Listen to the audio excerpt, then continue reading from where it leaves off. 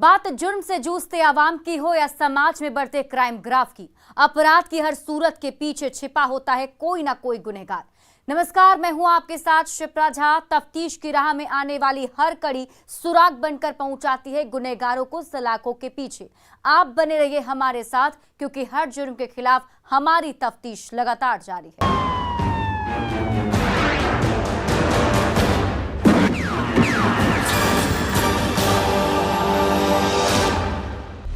अररिया में bank of India में लूट की वारदात। दिन दहाड़े 37 लाख लूट ले गए लुटेरे। 200 मीटर की दूरी पर जो है अररिया एसपी आवास है। ग्राहक बनकर के कुछ लोग आए और इस तरह की घटना को अंजाम दिया। गोल्ड पर भी बदमाशों ने किया हाथ साफ।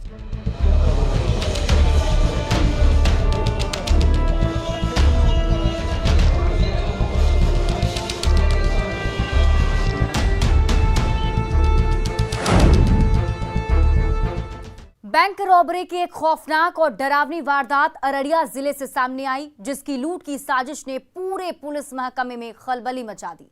बैंक अधिकारियों को सवालों के कटघरे में लाकर खड़ा कर दिया। पुलिस अपनी नाकामी छिपा रही है, क्योंकि जिले में अब तक की सबसे बड़ी डकैती एसपी दफ्तर से महज 200 मीटर की दूरी पर हुई। देखें इस रिपोर्ट में बीओआई में रॉबरी की पूरी इनसाइड स्टोरी।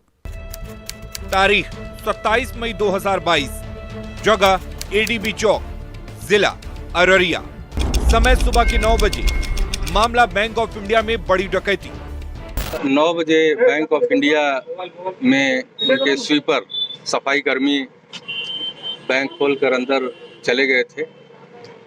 उसके बाद उनके दूसरे सफाई कर्मी गए, उनके साथ ही कुछ अपराधी इन कर गए और बारी बारी बैंक कर्मियों का इंतजार किए और 10 बजे तक वो लोग उनके लॉकर में रखे हुए 35 लाख रुपए लगभग लूट के और फरार हो गए हैं। सही सुना आपने, सुबह के 9 बज रहे थे। शहर अभी नींद से ही जागा था। धीरे धीरे हलचल तेज हो रही थी। इसी बीच हर रोज की तरह अररिया जिले के एडीबी चौक के पास स्थित बैंक ऑफ इंडिया बैंक में सफाई करने वाला स्वीपर आया। बैंक का ताला खोला और अंदर सफाई करने में जुट गया। उसके अंदर जाते ही बाइक पर सवार बदमाशों ने नीचे दस्तक दी, अपनी बाइक खड़ी की और सभी बारी बारी से सीढ़ी चढ़ते हुए बैंक में दाखिल हो गए। स्वीपर कुछ समझ पाता, इतने में 5 की संख्या में आए हथियारबंद अपराधियों ने सफाई कर्मी को गन पॉइंट पर ले लिया। बंदूक देखते ही स्वीपर के पसीने छूटने लगे। उसके बाद वो खामोश हो गया। अपराधी करीब 1 घंटे तक बैंक के अंदर ही बैठे रहे। इधर धीरे धीरे घड़ी की सुई भी आगे बढ़ रही थी। जैसे ही घड़ी की सुई 10 पर जाकर रुकी, वैसे ही बैंक के अंदर स्टाफ की बैंक में एंट्री हुई। बैंक कर्मचारियों के अंदर आते ही 5 बदमाश ग्राहक बन गए। पहले फॉर्म मांगा। जब तक स्टाफ कुछ समझ पाते, उससे पहले ही बेखौफ अपराधियों ने सभी को गन पॉइंट पर ले लिया। हैरानी की बात यह है कि ये सब कुछ दिन दहाड़े एसपी आवास से महज 200 मीटर की दूरी पर हो रहा था, वो भी शहर के बीचों बीच। लेकिन पुलिस को उसकी भनक तक नहीं लगी, जिसका नतीजा ये हुआ कि अपराधियों ने स्टाफ को बंधक बनाकर 1-2 लाख नहीं 37 लाख रुपए लूट लिए। साथ ही साथ लॉकर में रखे 22 पैकेट गोल्ड पर भी हाथ साफ कर दिया, जिसकी कीमत करीब 1.25 करोड़ आंकी जा रही है। अररिया में अपराधियों का हौसला बुलंद है। अभी हम मौजूद हैं अररिया शहर के बस स्टैंड में और तस्वीर जो है बैंक ऑफ इंडिया की है। दिन दहाड़े यहाँ पर 4 से 5 की संख्या में अपराधी आते हैं बैंक ऑफ इंडिया में और करीब 50 लाख रुपए की लूट कर लेते हैं। जो ब्रांच मैनेजर हैं उनके अनुसार जो ज्वेलरी है उसकी भी लूट हुई है। तो जो लूटी गई रकम है उसकी गिनती जो है जारी है। हम बता दें कि यहाँ से महज 200 मीटर की दूरी पर जो है अररिया एसपी आवास है। कस्टमर बन के आए वो और उन्होंने फॉर्म मांगा, आरटीजीएस वगैरह का फॉर्म मांगा और हमारे स्टाफ ने बताया कि अभी टाइम नहीं हुआ है, आप वेट करो। लेकिन वो फोर्सफुली घुस गए, गन उन्होंने दिखाया। फिर मैं भी जब आया तो कैश केबिन से अपने केबिन की तरफ बढ़ा, वो पीछे से आके गन सटाया उन्होंने और उन्होंने बैठाया मुझे और फिर इस तरह से एक एक करके हमारे जो भी स्टाफ आए उनको बैठाया।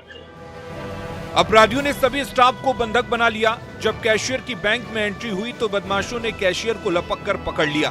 पिस्टल देखते ही कैशियर के पसीने छूटने लगे। बैंक में पहले से ही खौफ और दहशत का माहौल कायम था। कैशियर ने लॉकर की चाबी लुटेरों को थमा दिया।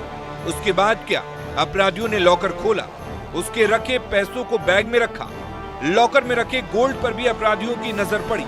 वहां से करीब 22 पैकेट गोल्ड को बैग में भरा। इसी बीच लॉकर में ही बैंक के गार्ड की बंदूक देखी गई। बदमाशों ने उसे भी तोड़ दिया और कारतूस को निकालकर अपने पॉकेट में रख लिया, जिसकी दस्तक बैंक के अंदर फर्श पर पड़ी गार्ड की ये टूटी हुई बंदूक कर रही है। उसके बाद सभी बदमाश बंदूक लहराते हुए वहां से निकल गए।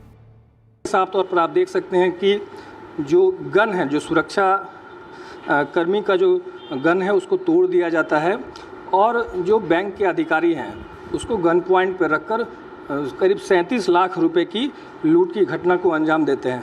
वेट किया, जब हमारे कैशियर साहब आए उनको भी थोड़ा सा मारा पीटा, कैश वॉल्ट खुलवाया और फिर कैश वगैरह देके हम लोग को बाथरूम वगैरह में सील कर दिया। सर अभी एग्जैक्ट तो हम लोग अभी ये नहीं कर पाए, फाइनलाइज कर पाए हैं, लेकिन गोल्ड और कैश से 60 लाख के करीब लॉस हुआ है।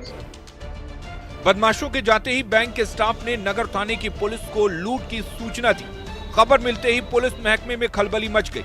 आनन फानन में पुलिस मौके पर पहुंची, लेकिन तब तक देर हो चुकी थी और बदमाश जिले की सीमा को लांघ चुके थे।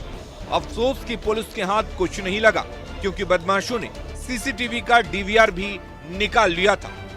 ऐसे में पुलिस अंधेरे में तीर मार रही है और अपनी नाकामी छिपा रही है। ग्राउंड जीरो पर पहुंचे न्यूज 18 के संवाददाता ने जब स्थानीय थाने के थानाध्यक्ष से बात करने की कोशिश की तो वो बिना जवाब दिए निकल गए।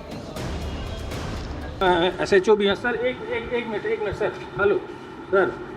तो साफ तौर पर आपने देखा कि अररिया नगर थाना प्रभारी हैं, वो जांच करने के लिए आए हैं। सीसीटीवी फुटेज खंगालने की बात की जा रही है, लेकिन कैमरा पर कुछ भी बोलने से इनकार कर रहे हैं। सीसीटीवी तो बैंक में था, लेकिन उसका डीवीआर वगैरह निकाल के ले गए हैं। हम लोग आस पड़ोस के डीवीआर सीसीटीवी को हम लोग देख रहे हैं और इन्वेस्टिगेशन कर रहे हैं।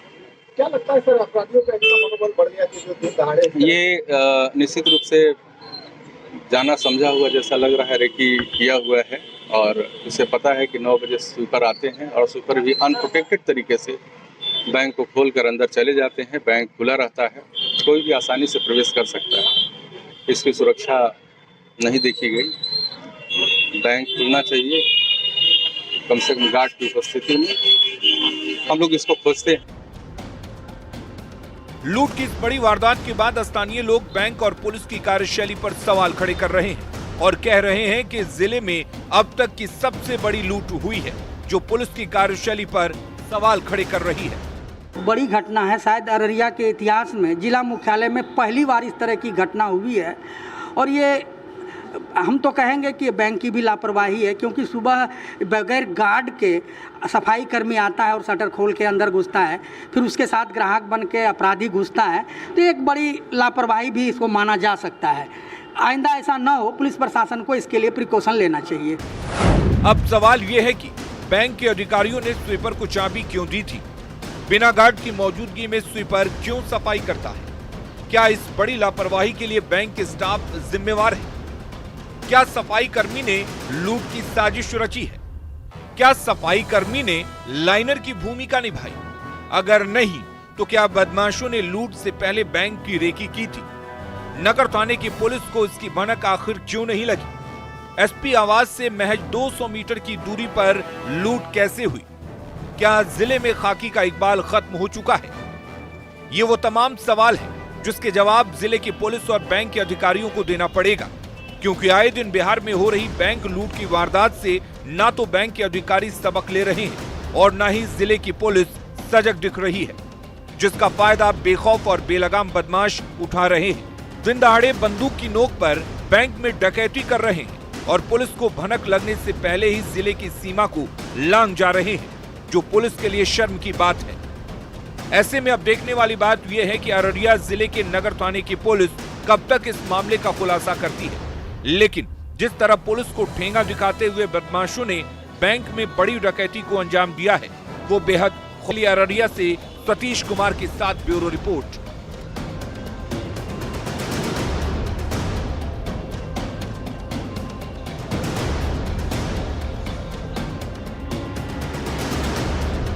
अपहरण के बाद मजदूर का मर्डर।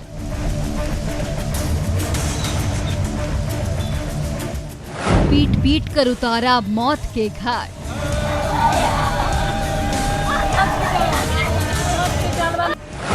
दो दिन बाद झाड़ी में मिली लाश।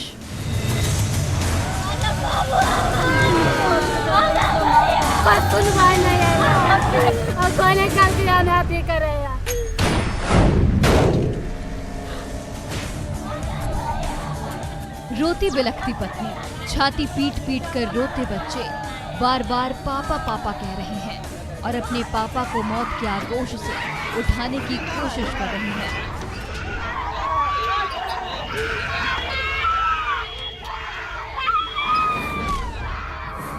लेकिन अफसोस की मासूमों की आवाज उस पिता के कानों तक नहीं पहुंच पा रही, जो कभी अपने जिगर के टुकड़े की एक आवाज पर दौड़ा चला आता था, जो अब काल की गाल में समा चुका है, जहां से वो कभी लौट कर नहीं आ सकता। इन छोटे छोटे मासूम बच्चों को कौन समझाए कि उसके पिता अब इस दुनिया में नहीं है। बदमाशों ने पीट पीट कर उसकी जान ले ली है, जिसकी लाश नालंदा जिले के भागन विघा ओपी के श्याम कोल्ड स्टोरेज के पीछे झाड़ी से मिली है। शव मिलने की खबर जैसे ही परिजनों को मिली, घर वाले आनन फानन में मौके पर पहुंचे। जब पत्नी और बच्चों ने गाड़ी में पड़े शव के चेहरे से गमछा हटाया तो पांव तले जमीन खिसक गई, क्योंकि वो लाश सतेंद्र की थी। उसके बाद क्या चीख और पुकार और चित्कार की आवाजें गूंजने लगी और मौके पर पहुंची पुलिस मामले की तफ्तीश में जुट गई। एक मजदूर के जैसे कि अपहरण की आप बात कर रहे हैं, परसों की घटना है दिनांक 25 की, और थाना के द्वारा तत्काल इसमें प्राथमिकी दर्ज करके विभिन्न स्थलों पर रेड छापामारी की गई। ये दो भाइयों के बीच का झगड़ा था, जैसा आया एफआईआर में भी है कि एक भाई का अपहरण हुआ, दूसरे भाई पर आरोप था और उसके बेटे पर आरोप है। पुलिस के द्वारा जैसा आप लोग जान रहे हैं कि लाश को बरामद कर लिया गया है निशानदेही पर ही, और अभी हम लोगों की गिरफ्तारी के लिए रेड छापामारी कर रहे हैं। कुछ लोगों को डिटेन करके पूछताछ की जा रही है।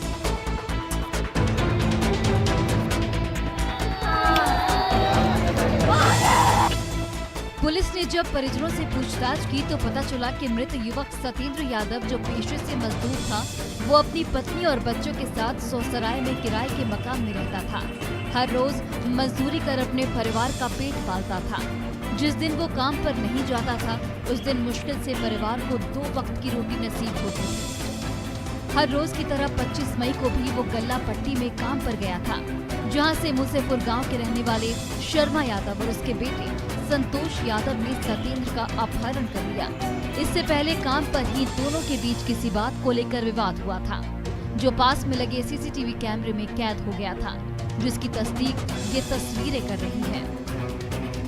जब 25 मई की देर शाम तक सतेंद्र घर वापस नहीं आया तो पत्नी संचीला की बेचैनी बढ़ने लगी। उसे अनहोनी का शक सताने लगा। जब कोई सुराग नहीं मिला तो वो थक हार कर थाने पहुंची, जहां से थाना अध्यक्ष ने डांट फटकार कर उसे भगा दिया, जिसका परिणाम ये हुआ कि 2 दिन बाद 27 मई को सतेंद्र की झाड़ियों में लाश मिली। सर मैंने से एफआईआर लिखा दे, कुछ नहीं वाला कहा कि हम कोशिश कर रहे हैं, कोई सुनवाई नहीं आया और कोई नहीं कल के हमें अति कर रहे हैं, कोई सुनवाई नहीं आती। मार के भीग दे क्या वो हमारा पता नहीं कहाँ से मिल रहे। क्या नाम है इनका? सतेंद्र। अच्छा, क्या किया था आपके पति? कहाँ से उठाए थे? गला पट्टी सौसराय से आटा ढोरल के न ले वीडियो। अच्छा, पुलिस के पास गए तो पुलिस क्या बोली? पुलिस कल को हम कोशिश कर रहे, 2 घरवा गेले।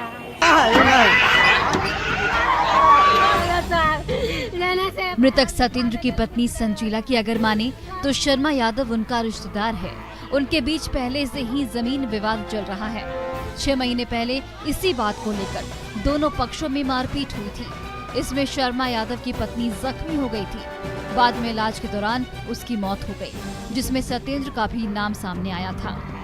इसी हत्या के प्रतिशोध में पिता पुत्र ने मिलकर सतेंद्र को अगवा कर पीट पीट कर मौत के घाट उतार डाला है और मासूम बच्चों से उसके पिता का साया छीन लिया है। और अब इंसाफ के लिए अपनी मां के साथ दर दर भटक रहे हैं और आरोपियों की गिरफ्तारी की मांग कर रहे हैं। आरोपी घर छोड़कर फरार है। पूछताछ की जा रही है। ये इनके पुराना एक केस मुकदमा हुआ था भागन बीघा में, उससे संबंधित अदावत है और इसमें फर्दर हम लोग जांच कर रहे हैं कि तत्कालिक कारण क्या था। अभी इस संदर्भ में परिवार के द्वारा तत्कालिक कारण नहीं बताया गया, लेकिन पुरानी घटना को लेकर ही आरोप लगाया गया है कि ये घटना पुरानी घटना से संबंधित है। अब सवाल ये है कि क्या सत्येंद्र यादव की हत्या रिश्तेदारों ने की है? क्या पुरानी विवाद में सत्येंद्र की हत्या हुई है? क्या शर्मा यादव और संतोष यादव ने साजिश रची है? अगर नहीं तो सत्येंद्र यादव की हत्या के पीछे का सच क्या है?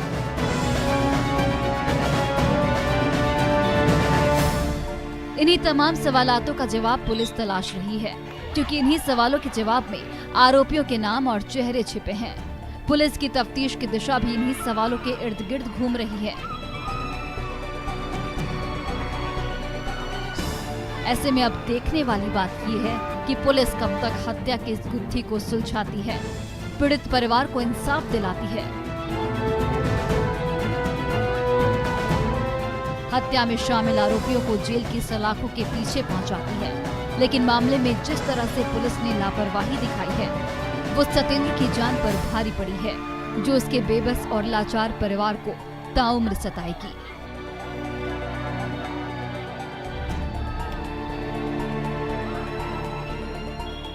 न्यूज़ 18 के लिए नालंदा से अभिषेक कुमार के साथ ब्यूरो रिपोर्ट।